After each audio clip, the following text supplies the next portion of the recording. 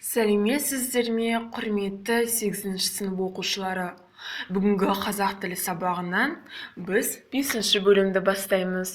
Биолан түрлік, сонымен қатар қызыл кітапқа енген жануарлар мен өсімдіктер, синтаксис. Ал бүгінгі сабағымыздың тақырыбы ол параграф 1, биолан түрлік. Оқу мақсаттары перифраз түрінде берілген сұрақтар арқылы мәтіннен қажетті ақпаратты таба білу, көтерілген мәселе бойынша ой тұжырымдау. Ал тұрлаулы сонымен қатар тұрлаусыз сөйлем мүшелерінің сөйлем жасаудағы өзіндік орнын, қызметін түсініп қолдану. Ал бағалау критерийлері перифраз түрінде берілген сұрақтар арқылы мәтіннен қажетті ақпаратты таба біледі, көтерілген мәселе бойынша ой тұжырымдайды және тұрлаусыз сөйлем мүшелерінің сөйлем жасаудағы өзіндік орнын, қызметін түсініп қолданады. Бұл бүгінгі оқу мақсаттары, сонымен қатар бағалау критерийлері. Осыларға сіздер бүгін жетулеріңіз қажет, балалар.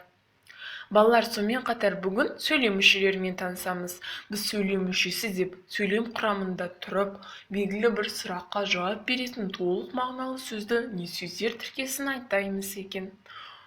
Сонымен қатар балалар, сөйлем мүшелері қызметі жағынан екі түрге бөлінеді: тұрлаулы және тұрлаусыз. Тұрлаулы бастауыш, баяндауыш түрмен кездесе, ал тұрлаусыз ол толықтауыш, анықтауыш, сонымен қатар пысықтауыш түрлерінде кездеседі екен. Және де балалар, сөйлем мүшелері құрамына қарай да бөлінеді: дара, күрделі, үйірлі. Дара, мысалы, толық мағыналы бір сөзден болған мүше. Күн, бұлтты. Күн бір сөзден тұрады, сонымен қатар мағынасы көп. Күрделі сөз тұрақты тіркес, шылаулы тіркестерден болған мүше. Мысалы, дәрігер келе жатыр.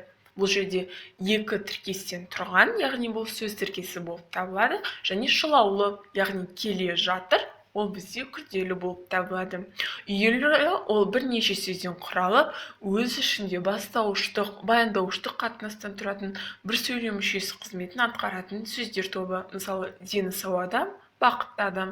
Дені сау адам ол үйірлі болып табылады, бірнеше сөзден тұрады себебі. Балалар, биолан түрлік деген не?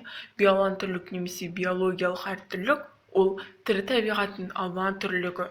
Биолан түрлік экологиялық әр уақыттың кепілі болып табылады. Планетаның биологиялық әртүрлігі тіршілік, генетикалық түрлік және экожүйелік әртүрлікті қамтиды. Грек тілінен аударғанда биос тіршілік мағынасын береді екен, балалар. Балалар, бірінші тапсырма ол оқылы мәтінін оқып, осы сұрақтарға жауап беріңіздер. Бірінші сұрақ: оқылы мәтінінде Арал теңізі туралы не сипатталған? Екінші сұрақ: берілген мәтіннің мақсатын анықтаңыз. Осы екі сұраққа жауап беріп, жауабымен тексерсеңіздер болады, балалар. Жауабы: бірінші сұрақтың оқылы мәтінінде Арал теңізіне тән өзгешеліктер сипатталған. Ал екінші сұрақтың жауабы: мәтіннің мақсаты Арал теңізіне сипаттама беріп түсіндіру екен, балалар. Балалар, енді ары қарай жалғасайық. Екінші тапсырма: суреттерге назар аударып, қандай өзгеріс түрі бейнеленгенін анықтап, сипаттама жазыңыз. Осында жазып, жауап үлгісімен тексерсеңіздер болады.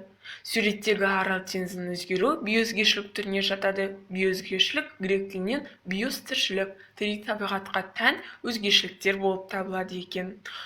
Сонымен қатар, балалар, біздің бүгінгі үшінші тапсырмамыз ол оқылы мәтіннен 5-6 сөйлем жазып, сөйлем мүшелерінің қызметіне, құрамына қарай талдау қажет екен, балалар. Яғни бұл жерде сіз мәтіннен, яғни оқылы мәтіннен белгілі бір сұрақтар, белгілі бір сөйлемдер тауып, оларды талдау қажет екен. Ал енді, балалар, үй тапсырмасы ол кестені толтыру. Яғни оқылы мәтіндегі және артық болмасы білген айдарындағы мәтіндердің ұқсастықтарын, айырмашылықтарын, мақсаты, мазмұны, стилі, тілі жағынан бөліп, оларды салыстыру қажет екен, балалар. Балалар, сонымен қатар бүгінгі сабаққа